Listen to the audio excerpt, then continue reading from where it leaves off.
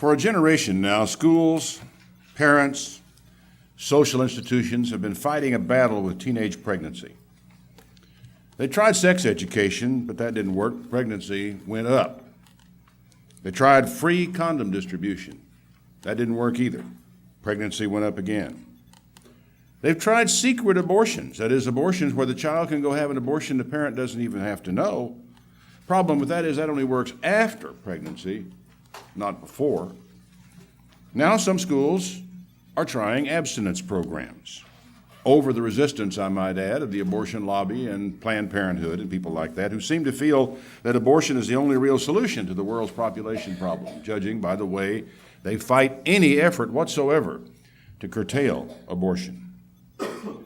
Even if they could have, though, abstinence programs in all the schools, I'm persuaded they would only be able to affect the problem at the margins. They'd be able to help a kid here and a kid there. In fact, there are young people today who are taking chastity vows. They even wear chastity rings. And then Jay Leno, a night or so ago, was making fun of kids wearing chastity rings, which is not what I would like to see in terms of the support of society. I can only hope that some of the kids who are doing so will have the courage to defy that kind of attitude. But by any statistical method, the abstinence program will in the end be a failure. Why? Because it's like a king standing on the beach at the edge of the water and commanding the tide not to come in. The tide's going to come in no matter what kind of obstacles we put in its way. Now some teens, we do our best, as the schools do their best, to try to teach and to help teens understand what's at stake. We've had a program about sex has a price tag, which is one of the best presentations I've ever seen anywhere, anytime. We have lessons on it in our YEA program, but the teens in the church, some of them say they're tired of lessons about sex and drugs. We've heard all that. We don't need any more of that. Well, my answer is just wait until you're tired of sex, because that day is coming. It's already here in Japan. I was stunned recently to read an article about the dropping birth rates in Japan and the lack of interest in sex, the apathy, the ennui that's setting in as people, men and women, turn off entirely different directions and are losing interest in sex. And I'm not surprised, because sex is not something that can be maintained indefinitely over time. Sexual fatigue is setting in. If you doubt that, surely you've seen on television the prevalence of the commercials for Viagra and other like aids. I mean, you would get the impression watching television that it's as common as headaches. Well, if you judge by the ads and the amount of money they're spending, they're not spending that kind of money on a few guys here and there. They're spending it on a population that's big enough to pay for all those ads and make a profit for the companies producing Viagra, and I forget the names of the other ones. So what's wrong with the abstinence program?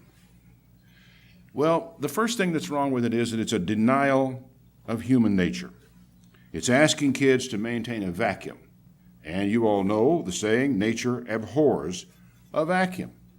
It's not exactly related, but do you remember what Jesus said on one occasion about a homeless demon? You'll find it in Matthew chapter 12, verse 43. When the unclean spirit is gone out of a man, he walks through dry places seeking rest and finds none. Then he says, I will return to my house from whence I came out, and when he is come, he finds it empty, swept, and garnished. Then goes he and takes with himself 7 other spirits more wicked than himself, and they enter in and dwell there, and the last state of that man is worse than the first. Then he said something interesting. He said, even so shall it be also unto this wicked generation. Think about that. Now, I'm not using this to talk about demon possession. I'm talking about the principle.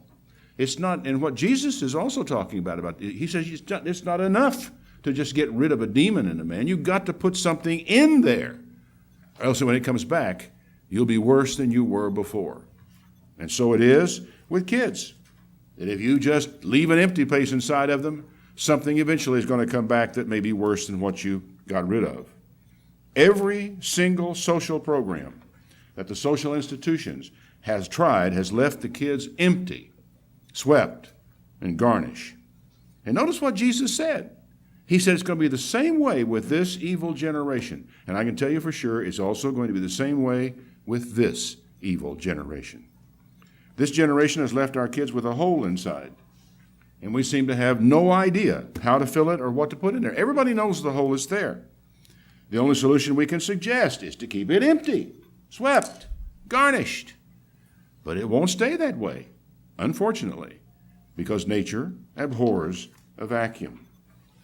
I'm not sure how it happened. I'm only sure that it has happened. That our society, for more than a generation now, has lost the power to love. Think about it. We're living in a generation that is losing and has all but lost the power to love, and Viagra can't give it back to them. Nature abhors a vacuum, and the vacuum we have created in our society is being filled with sex. Not love, sex. No, they are not the same thing, and we all know that at our heart. And yet you have to realize that in our society today, sex has become a substitute for love. Now, sex filling that vacuum may sound exciting, and it is for a while, but it can't hold. And that's the thing our society and so many people and so many young people don't understand.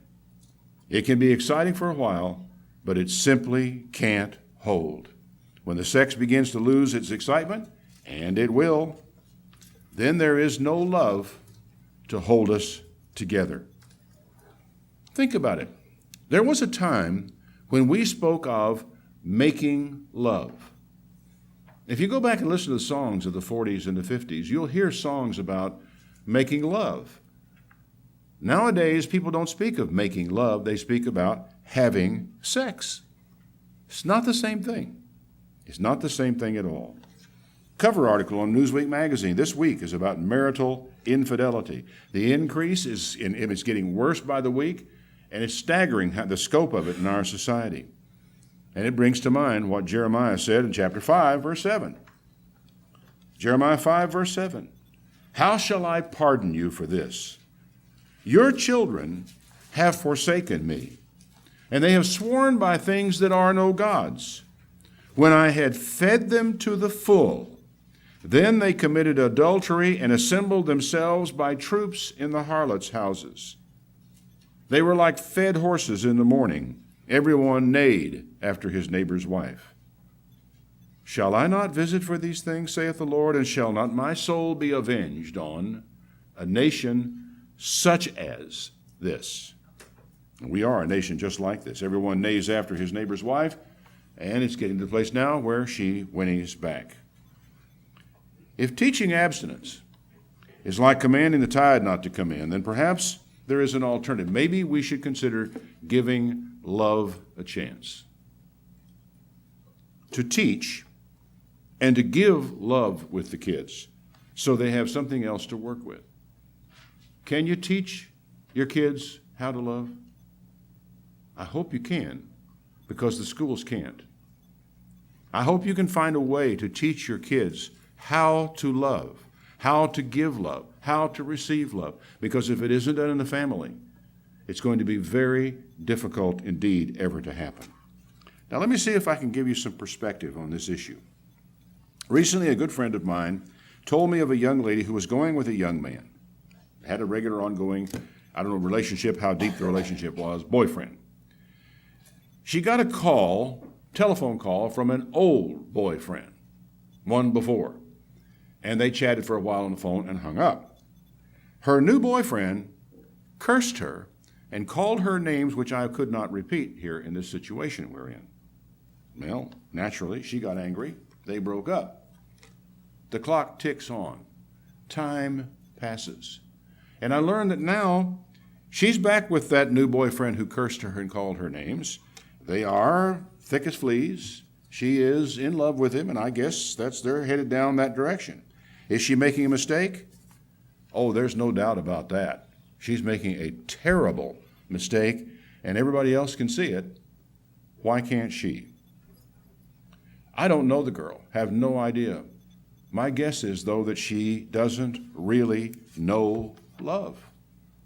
If she did, she would know that this guy does not love her when he curses at her and calls her foul names. I mean, it's over. That's it. He does not love her and is very unlikely to love her now or ever. Now, how can I say this?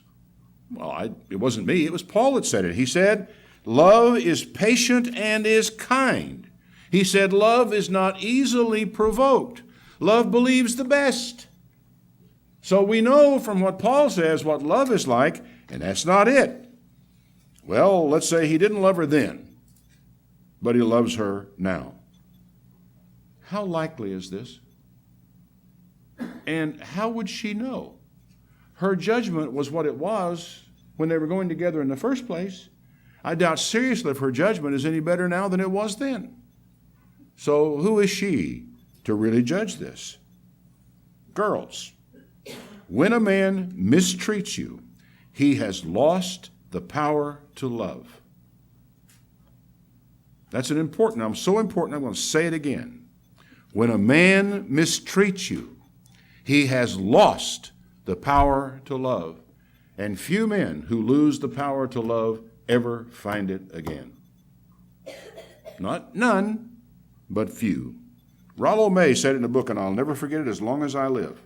He said that when men lose the power to love, they substitute power over. And I have had very clear reason in my lifetime to see exactly how that works among men.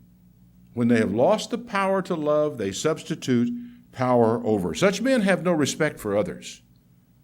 They have no real respect for themselves, but themselves, that's all they care about, but certainly no respect for others. I was meditating back on this. I remember my first date. I was dressed to the nines. Had tie knotted up snugly. My shirt was pressed. My trousers were pressed. My shoes were shined. My hair was combed. I think I was using Brill cream at the time. And I had that good, wet head look, which came back for a while. I don't know where it is right now. When I picked up my date, she was beautiful. She had on a gorgeous formal dress. Her hair was done. Her makeup was perfect. I gave her a little corsage, which we pinned on her formal. And we went to the dance on the city bus. I didn't have a car. I was 16, and I don't remember if I even had a driver's license at that time. My parents, I don't think, had a car at that time. The girl's name was Allie, and I would come to know her, love her really like my own life. Neither of us knew each other well enough to love each other. Not then, not on that first date. But both of us had self-respect, and both of us had respect for one another. We showed it. I showed it in the way I treated her, and she showed it to me. It makes me wonder, in a way, if respect is the essential foundation upon which love can be built. I think I can safely say that people who do not respect one another will never come to love one another. I'll stand on that. People who do not respect one another will never come to love one another.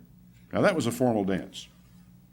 But if I had come to pick her up for a sock hop, which I did at other times, if I'd come to pick her up for a sock hop wearing dirty jeans, shaggy, needing a haircut, hair uncombed, having made no special attempt at all to look nice for her, what could she have concluded from that? 3 things. A, I had no self-respect. B, more important, I had no respect for her. C, most important of all, I was not the kind of man she wanted in her life, because I was a man without respect. Now, I was a boy, not a man, but I was on my way to becoming one. And you can tell a lot what the tree's going to look like by the way the twig is bent. And I want to emphasize something crucial here. It is not just a matter of appearance. We can beat that appearance thing to death. We can have dress codes till the cows come home. That's not what this is about. What it's about is respect. Respect for yourself and respect for the girl or fellow that you are trying to relate to in your life and to other people. That's what it's about. Respect. You remember what Jesus said on one occasion? Matthew 22, verse 11. Matthew 22, verse 11. When the king came in to see the guests, he saw there a man which had not on a wedding garment. And he said to him, Friend, how come you in here having not have a wedding garment? And the man was speechless. And the king said to the servants, Bind him hand and foot, take him away, cast him into outer darkness. There shall be weeping and gnashing of teeth. Now, why such a radical reaction? Over clothes? Oh, it wasn't about clothes. It was about respect. The reaction was because the man had no respect for the king, his wedding party, the king's daughter, the groom, the guests at the wedding, or anybody else. That's why it was an issue. I don't know if you remember this I think it was in the Godfather movie, wasn't it?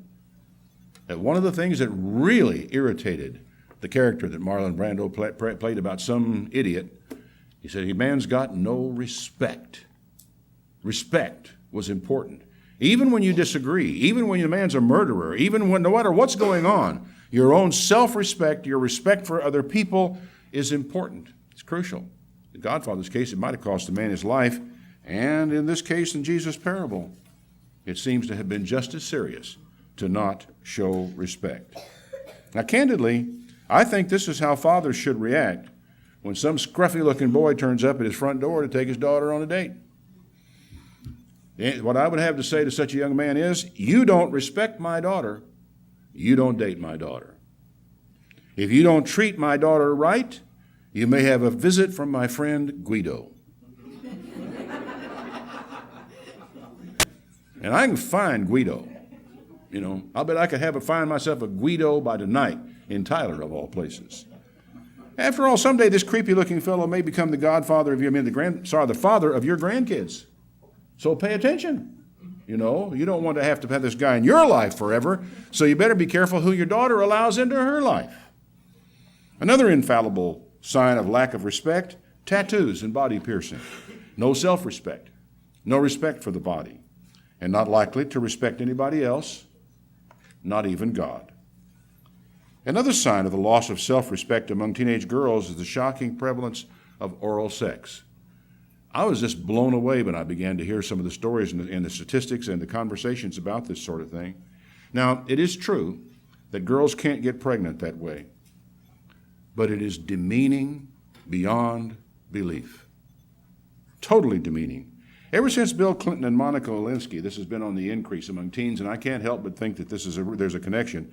What teenage girls, though, may not know, because they haven't looked into this sort of stuff, they never studied this stuff, they never have, analyzed what's going on, is that oral sex is a dominance thing.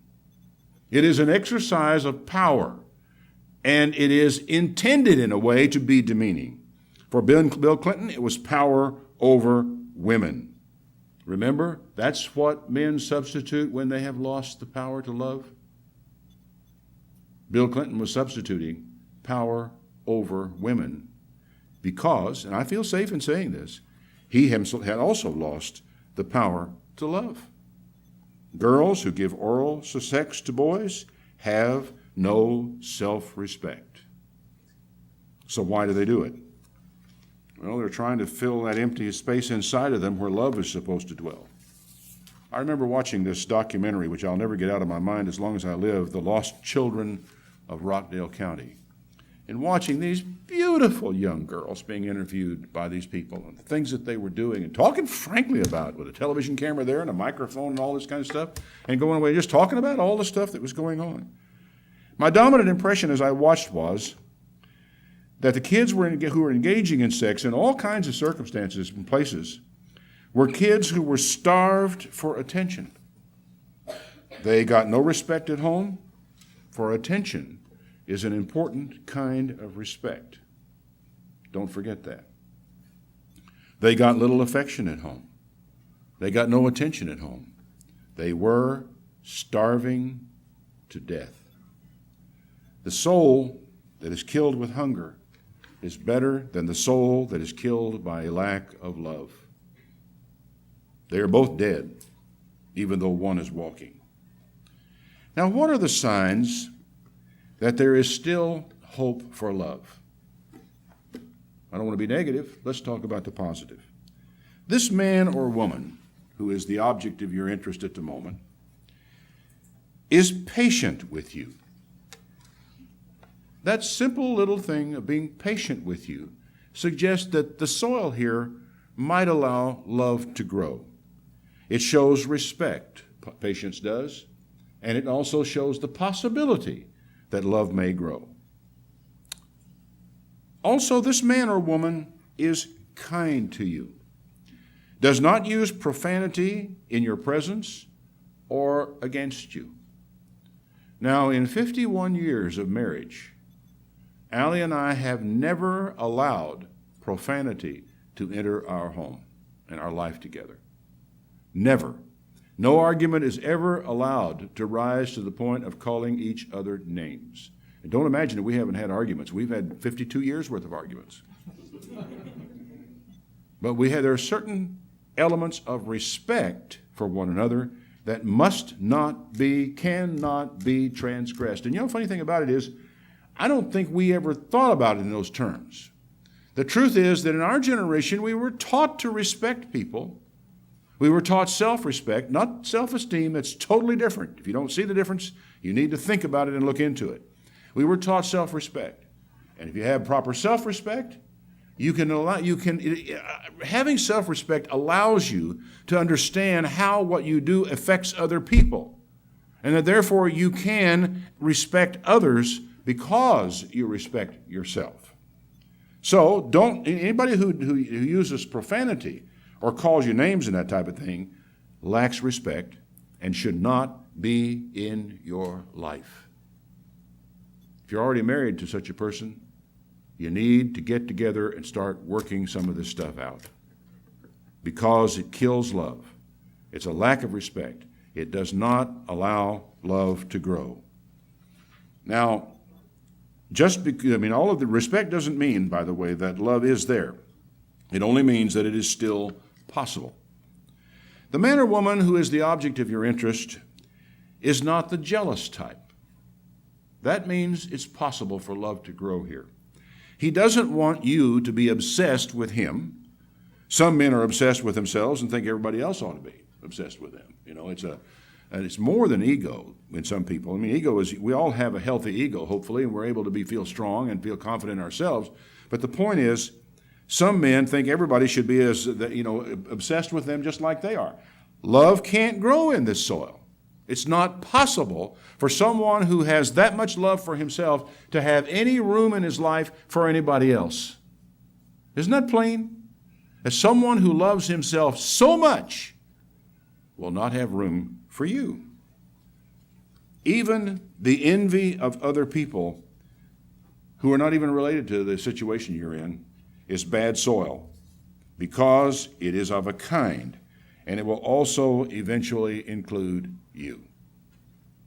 Envy is a very unhealthy emotion, is very destructive, and it makes it impossible for love to grow in that soil. This person, this man, this woman that you are interested in, this person must not be full of themselves if you expect love to grow in this soil.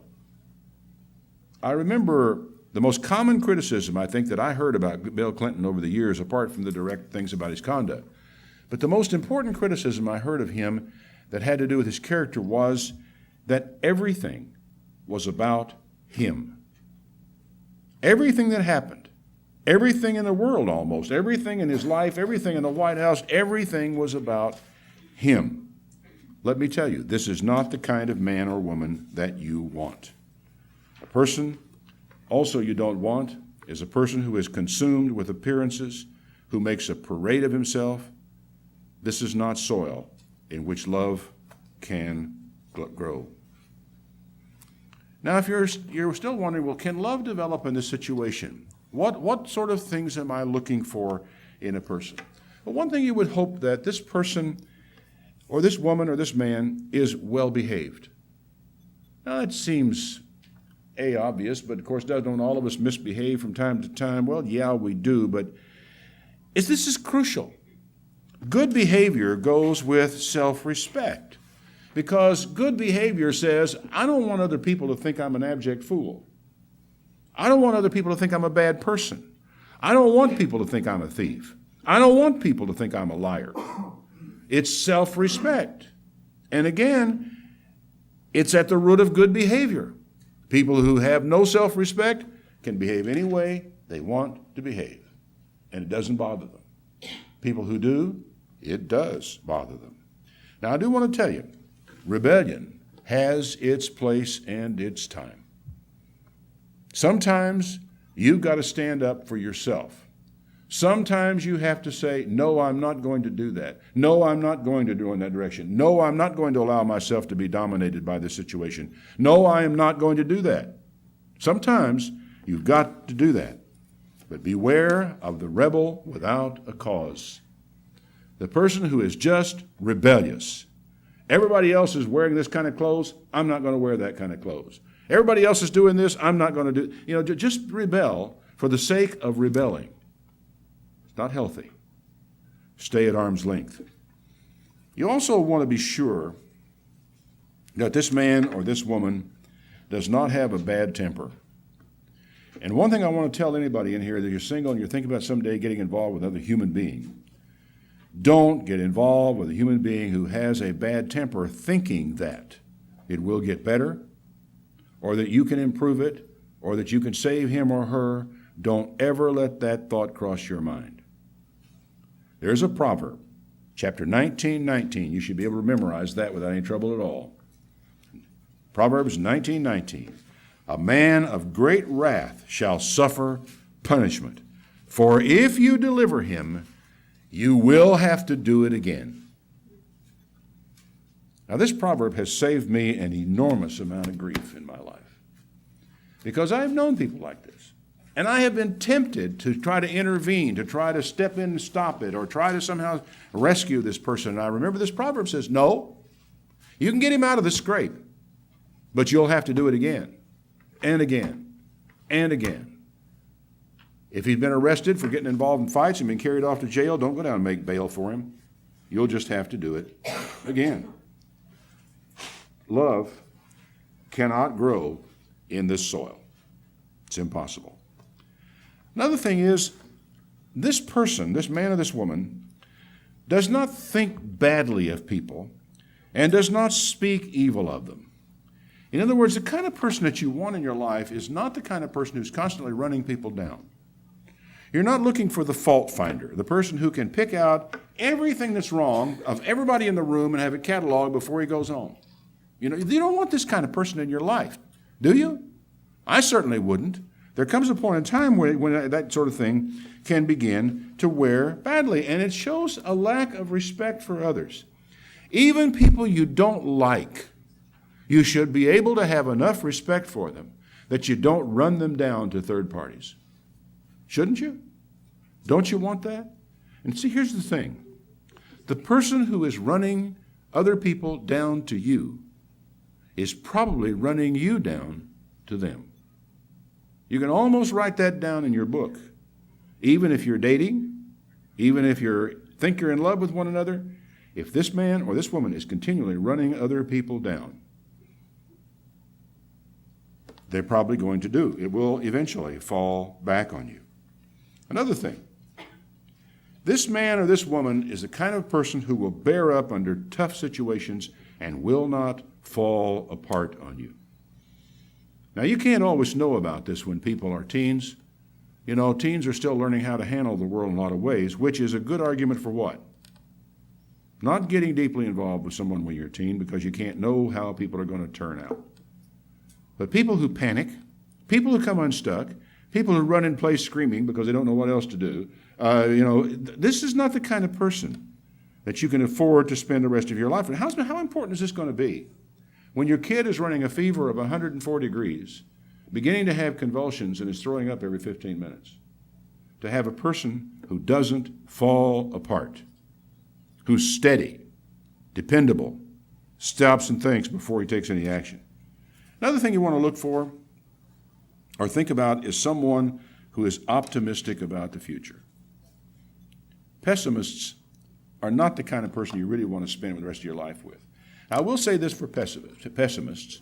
They too do tend to be right about half the time. Sometimes, maybe a little more often, because if you're negative about people, the chances are you will not be disappointed nearly as often as you are if you're positive about people. But I get the distinct impression in the Bible that what God wants us to be like is to be optimistic and to think well of people until we have absolute proof that we have to think otherwise. He would far rather for us to get burned every once in a while than to go around through life cynical, thinking badly of everybody we come into contact with. I think he would rather have us give money as a handout to a worthless bum on the street who goes and buys drinks with it than to refuse to help someone who really is in need of help. Optimistic doesn't mean he wears rose-colored glasses. Oh, no. What it means is he is hopeful and he doesn't quit trying when things don't go quite right. Also, this man or this woman doesn't sweat the small stuff, and they recognize that most of it is small stuff.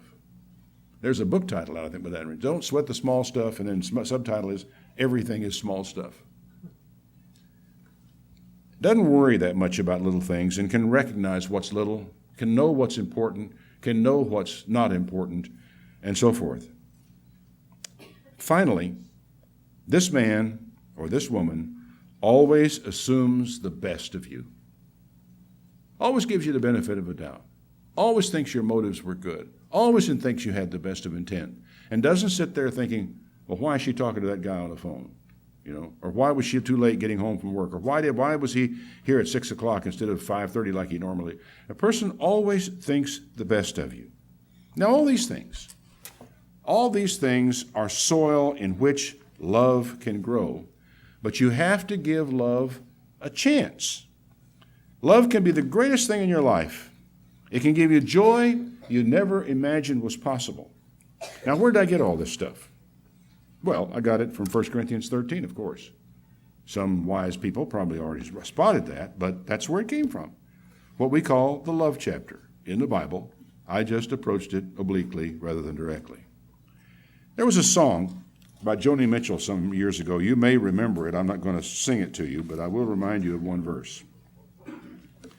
Moons and Junes and Ferris wheels, the dizzy dancing way that you feel, as every fairy tale comes real, I've looked at love that way. But now it's just another show. You leave them laughing when you go. And if you care, don't let them know, don't give yourself away. I've looked at love from both sides now, from give and take, and still somehow it's love's illusions I recall. I really don't know love at all. And what a shame it is for a person to reach middle age and to have to say, I really don't know love at all. And I can't help thinking that a young person who goes to bed with someone who does not love her or him like their own life is paying a terrible price, is playing the fool, and may never know love at all. Give love a chance.